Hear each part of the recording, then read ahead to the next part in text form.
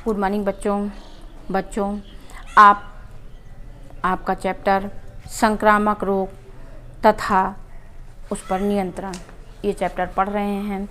आपने इसके पहले वीडियो में जाना कि संक्रामक रोग किसे कहते हैं, ये किस प्रकार फैलते हैं और संक्रामक रोगों की रोकथाम के लिए हम कौन से उपाय कर सकते हैं। अब बच्चों इसी के अंतर्गत आपको बताया जाएगा कि निःसंक्रमण और निःसंक्रामक पदार्थ क्या होते हैं।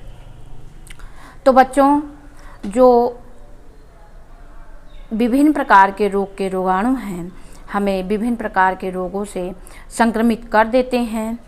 उन्हें रोकने के लिए कुछ ऐसे पदार्थ हैं जिनका उपयोग करके हम इन रोगाणुओं को या तो पूर्णतः नष्ट कर सकते हैं या फिर उन्हें दूर कर सकते हैं, उन्हें मार सकते हैं या उनकी क्रियाशीलता को कम कर सकते हैं।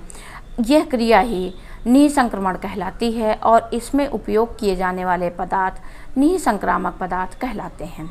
तो बच्चों निःसंक्रामक पदार्थ 3 प्रकार के होते हैं: भौतिक निःसंक्रमण, प्राकृतिक निःसंक्रमण और रासायनिक निःसंक्रमण। तो बच्चों सबसे पहले आपको भौतिक निःसंक्रमक पदार्थों के बारे में बताया जाएगा। चलिए आपको बताती हूँ कि भौतिक निःसंक्रमण पदार्थ क्या होते हैं। तो कुछ ऐसे भौतिक पदार्थ होते हैं जो रोगाणुओं को नष्ट करने का कार्य करते हैं। यह क्रिया भौतिक निःसंक्रमण कहलाती है और जैसे उबालना, भाप द्वारा या वाष्प में प्रवाहित करना या सूखा गर्म हवा में प्रवाहित करना, जलाना इत्यादि, ये सारे भौतिक निःसंक्रमण की विधियां हैं। यानी कि किसी भी संक्रमित वस्तु को भाप में उबालकर जलाकर रोग के रोगाणुओं को नष्ट किया जा सकता है। इसके बाद बच्चों आती है उबालना। हम उबालकर भी वस्तुओं को निःसंक्रमित कर सकते हैं। यानी कि उबालने के अंतर्गत रोगग्रस्त व्यक्तियों के कपड़ों को उबालकर रोग मुक्त किया जा सकता है।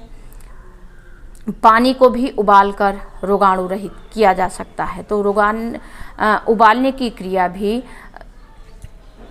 रोगाणुओं को दूर करती है। इसके बाद बच्चों भाप या वाष्प में प्रवाहित करना।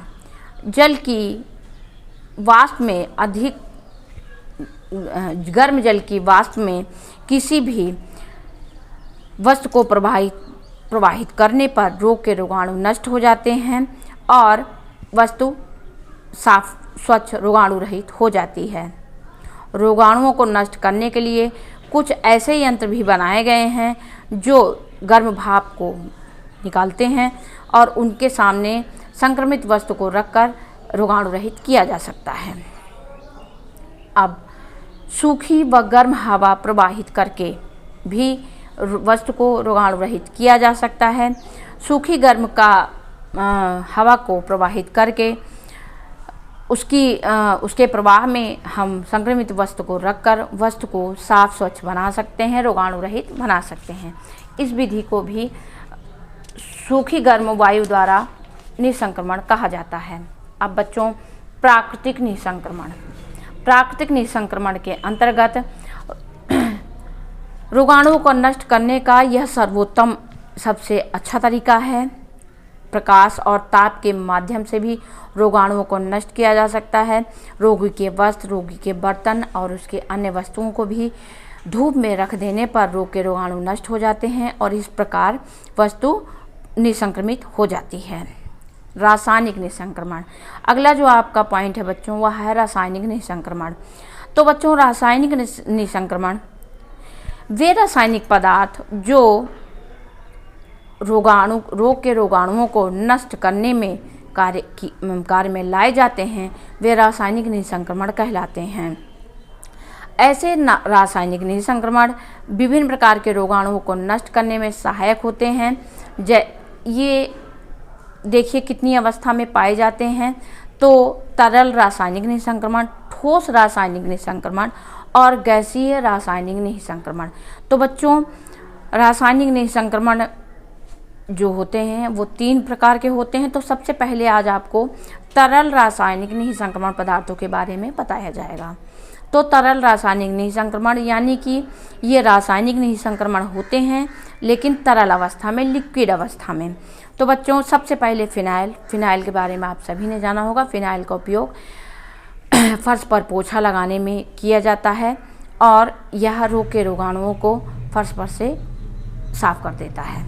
अगला है कार्बोलिक एसिड। यह भी पानी में घोलकर जीवाणुओं को मारने में सहायक होती है। यह भी रोग के रोगाणुओं को नष्ट कर देती है। अगला है फार्मोलिन। यह भी तीव्र गंध वाला एक रसायन है। इसका प्रयोग पानी में घोलकर मल के कीटाणुओं को नष्ट करने के लिए किया जाता है। अगला है बच्चों लाइजॉल। यह जमीन के कीटाणुओं को मारने में सहायक होता है। इसे फर्श पर धोने या पोछा लगाने के काम में लाया जाता है। अगला है बच्चों कार्बोलिक एसिड। तो कार्बोलिक एसिड बच्चों यह तारकोल से निकलने वाला एक तरल पदार्थ है जो गाढ़ा लवण होता है और यह इसका उपयोग करने से पानी में से घोलकर मलमूत्र, थूक, गंदे वस्त्र इनको साफ करने से रोग के रोगाणु नष्ट हो जाते हैं। अगला है बच्चों डीडीटी। यह भी एक प्रकार का रोगाणुनाशक तरल पदार्थ है। इसका रंग सफ़ेद होता है और इसे चूहे और बिल्ली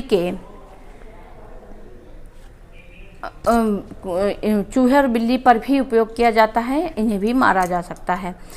तो प्रायः यह डॉक्टर प्रयोग में लाते हैं। इसका उपयोग प्रायः डॉक्टर करते हैं। इसके बाद आती है बच्चों डेटॉल। तो डेटॉल का प्रयोग नहाने धोने में करते हैं। यह भी प्रायः अस्पतालों और घरों में प्रयोग में लाया जाता है।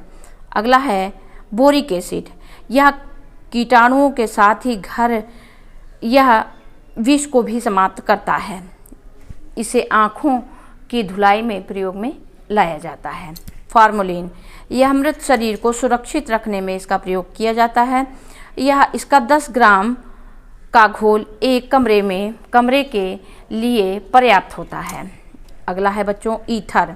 यह चिकनाई युक्त तरल पदार्थ है। इसका प्रयोग त्वचा को धोने के लिए किया जाता है। बच्चों आज आपने तरल निःसंक्रमण पदार्थों के बारे में पढ़ा। अगले वीडियो में आपको ठोस रासायनिक संक्रमणों के बारे में बताया जाएगा। आज के लिए बस इतना ही। Thank you.